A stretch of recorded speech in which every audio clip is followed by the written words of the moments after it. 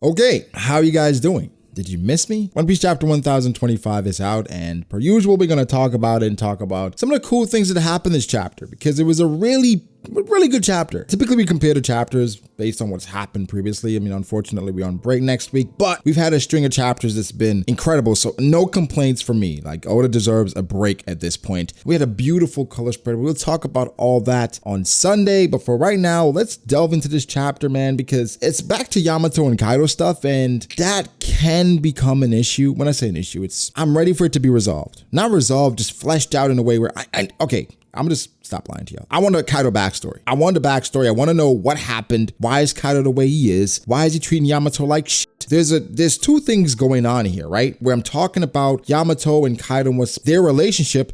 Now I'm trying to tell you it's time to subscribe to the channel. Right? It's time to subscribe, drop a like. If you enjoy One Piece content and you enjoy being around One Piece energy, right? This is the channel for you. So subscribe to the channel, drop a like. And now back to Yamato and Kaido. Why I say it's an issue, well, not necessarily an issue. Why I need the backstory is because Kaido's becoming one of my faves. Like, he's becoming one of my boys. And I think the Yamato and Kaido thing, it's stagnant. Even though Kaido drops gems in the midst of those discussions, it's stagnated. And I feel like we've gotten to a point, Kaido and Yamato, and we know every time there's a different layer of things introduced, it's like, well, yeah, I mean, I kind of figured that, even though there was a huge reveal in this chapter, by the way. Pretty much insinuated, but now it's confirmed. In my opinion. I guess I should talk about the Momonosuke thing first. The Momonosuke and Luffy thing, because that's pretty important. And it's as I expected. And that's what I said the 15 minutes were for, is Momonosuke not only learning to fly again, but learning to use the flame clouds. If Momonosuke had this much trouble trying to just fly, right, because he's scared of heights, imagine how much issue he's going to have using the flame clouds, right? It's going to be a thing around that as well. So Luffy, trying to encourage Momonosuke to fly again, we knew there was going to be some interaction there, and Oda's just using that moment, right? Momonosuke is afraid of heights. Momonosuke is closing his eyes. So now this is how I reveal this other dragon to everyone else. He can't see, he's flying around. It's a very unique, a clever way rather, to show everyone Momonosuke's form without it feeling contrived. Like, it felt like a natural way to do that. So that's really subtle, but I really appreciated how that was handled. I think it was handled really well. I like, in the midst of all this, somebody that we haven't been paying attention to, but her facial expressions are telling, is Shinobu. Like, she's just so concerned and so worried about Momonosuke because she's the one that turned him into an adult. If this goes awry, I'm sure she would blame herself and feel like she's responsible because she's initially said no, but Momonosuke convinced her. So her facial expressions, they were really interesting. They were telling. I wonder if this is gonna go anywhere, to be honest. Yamato's strength is something that shouldn't be scoffed at. It seems like she can make ice clones or just after images, or no, she has a defensive capability that seems to be a clone.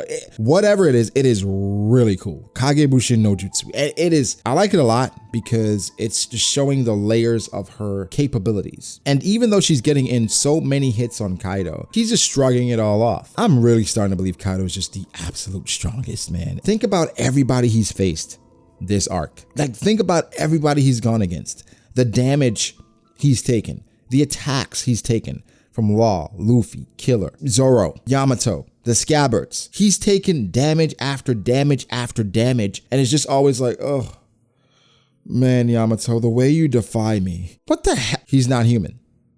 Obviously, he's an Oni. So, what do we know about Onis? Not much. It's One Piece. What do you think I was going to say? Well, we know that not much. The only thing you can kind of conclude is Kaido's association with Ors and the ancient giant race, and maybe Kaido's a unique cross of, I don't know.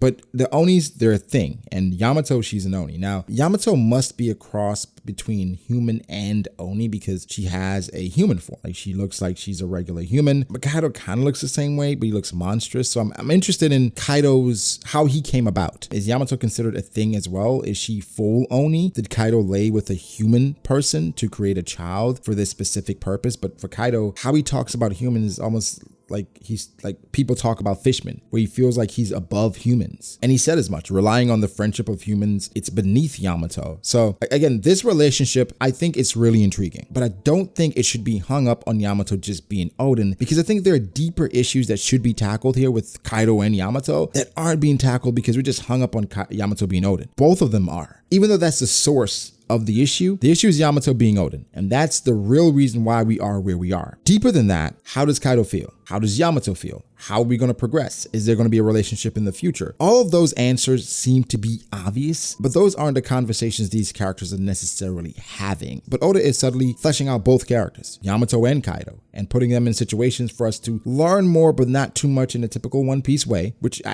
you understand. And so I expect an epic, amazing backstory. We find out about these characters are going to be like, oh, I did not know that.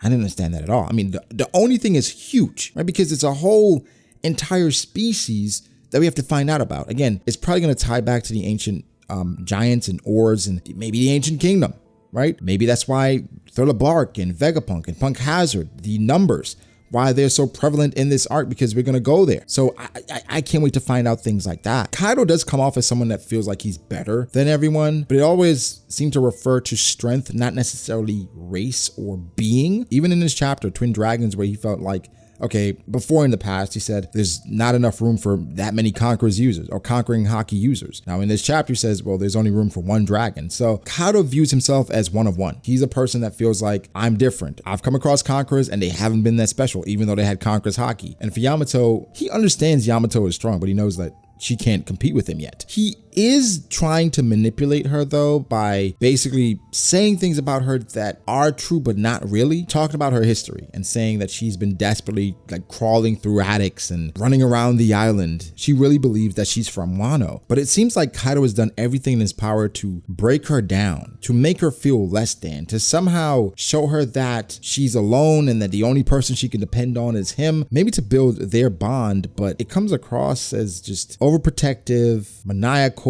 just deadbeat father. Now I'm wondering, where's Yamato's mother? I mean, mothers in One Piece, we know what happens to them. Typically, they're not as relevant or important. I mean, but I think if Yamato did have a mother, she probably wasn't stronger than Kaido. And if she tried to do anything, I don't think Kaido would have any qualms with doing something to her. The thing with Kaido's speech, though, it tells us a bit about himself. I'll go deeper into that on Sunday, but him talking about Yamato saying, you're strong enough to just impose your will on others. People are lying to you because you're strong. Their acts of kindness, they're lies. They're just afraid of you. And then that goes back to what I think about is Kaido's relationships that he has. We find out in the SBS, I believe, that Kaido raised Ulti and Page One. Does he think Ulti and Page One, they're subservient, or they pledge allegiance to him because he raised them, or because they're afraid of him? That's always something that's interesting, and that mental aspect of people traveling with you, people being friends with you, even though you're stronger, even though you could impose your will at any time, but they genuinely want to see you or want to help you because they care about you, not just because they're afraid of you. However, in Kaido's situation, he tries to break people's will. Something we also find out is that King, he followed Kaido because he was strong, simply because he's strong. So for him, did he fight Kaido? Did he lose badly to Kaido? And all of a sudden, he's following Kaido because he's afraid of him? Is this what Kaido thinks about all of his relationships? I mean, for Orochi, that certainly was the case, right? It was a partnership, but Orochi was definitely scared of Kaido. So for Kaido, it seems like he's used to that type of relationship, and he's trying to project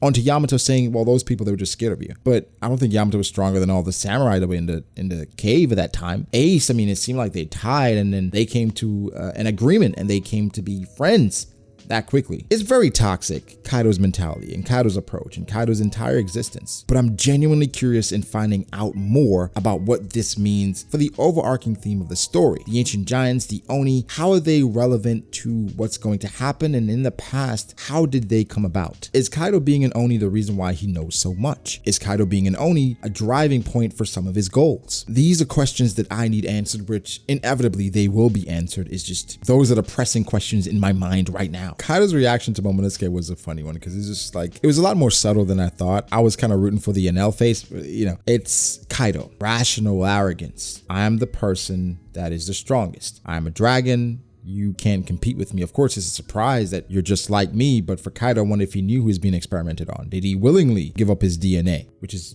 odd. For me, if Kaido did that willingly, that tells me that Vegapunk isn't human, right? If Kaido willingly gave up DNA for Vegapunk to experiment on, he's not human, because Kaido, we know how he views humans, which then goes back to him and his interaction with Shanks. I'm like, why did he yield? Because he obviously didn't go to Marineford. Or did Shanks beat him? For a beast like this, you can't fight someone like this. And then come to find out again in the Vivid cards, or was it the SBS, King was with Kaido when he met Shanks, when Shanks stopped him from going to Marineford. A lot of important information we revealed there, but it's very relevant to what's going on right now. I love the declarations from both Luffy and Momonosuke. It's trademarks at this point, right? Momonosuke saying he's Kozuki Momonosuke, he's going to be the Shogun. Luffy saying he's Magiri Luffy, he's going to be Pirate King. These are things that we know. I mean, Luffy was funny saying that, I'm not going to lose, never going to lose, because I'm the man to become the king of the pirates. I was saying, well, you're the main character. That's besides the point. However, we're on break. The chapter ends off with Kaido just reacting to this information, seeing this dragon in front of him. Now, Momonosuke, once he transforms back to a human, we still may see the Enel face, because he's going to look like Odin. There's something that's been floating around where it's Momonosuke, he changes back to his human form, he looks just like Whitebeard. I'm just like, guys,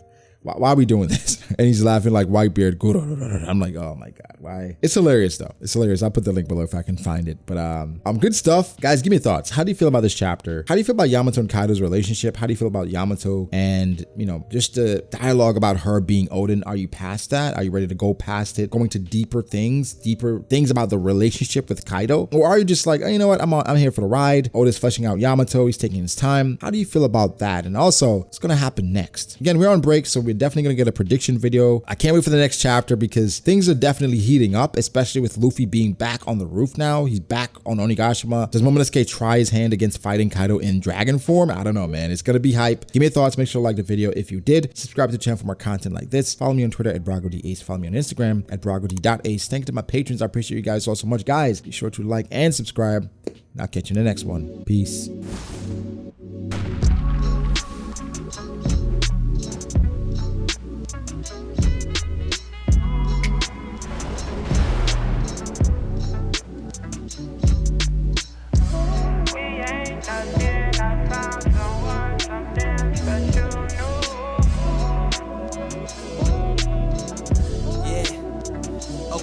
I start doubting me, I felt lost. I rewrite it.